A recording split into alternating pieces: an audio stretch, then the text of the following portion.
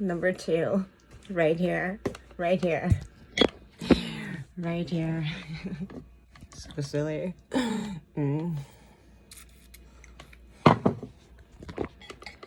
Number 2,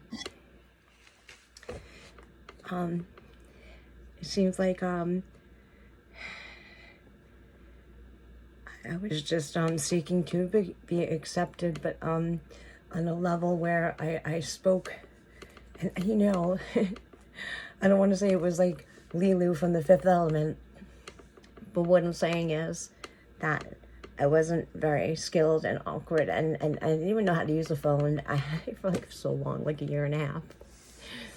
Or technically, and just nothing worked, and here I am, and I just wanted to be loved, and I felt that love in that family. I trusted everybody, so I went to class, and I'm like, man, this is gonna make me a really good person. Like, let me just do this.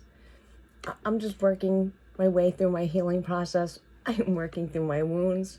And here I am out in public in this big, badass world.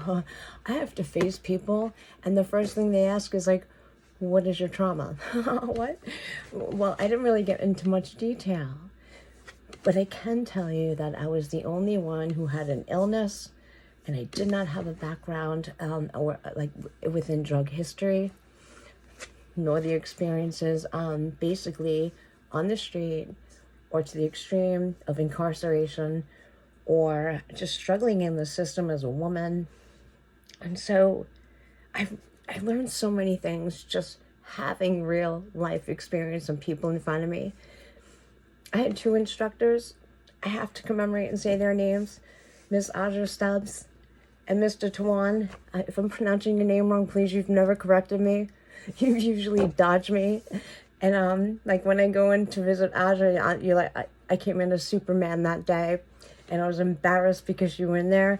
I just want to apologize, but you darted so fast that I was like, oh, it seems that way anyway.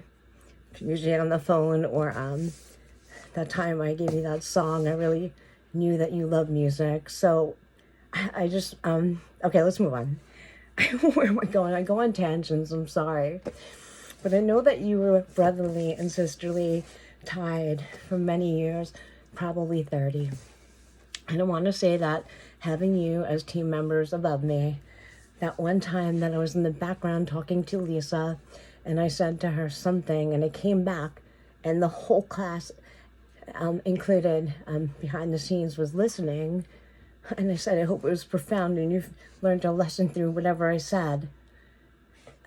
I am always clean and honest with my words, so I don't remember exactly what I said, but I know that for some reason my colleagues, not my peers, sorry, I'm used to saying my peers, were tremendous with exposing themselves, and I remember, details about one of the mentors' past history, and it was pretty serious, and I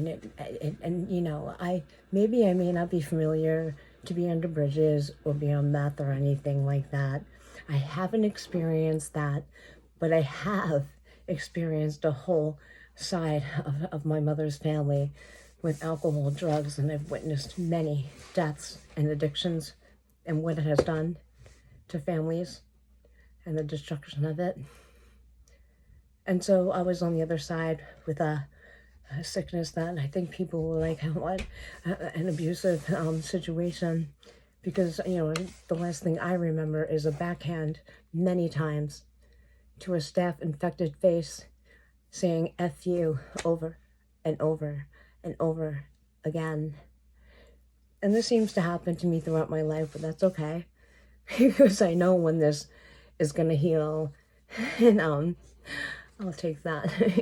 It's not the way I need to fight back. Just understand, I have love for everybody. I have gratitude, much gratitude. Gratitude for those who have guided me on my path. So let's get to the next. And I guess that'll be the next video. Number 3, the Trinity and a charm.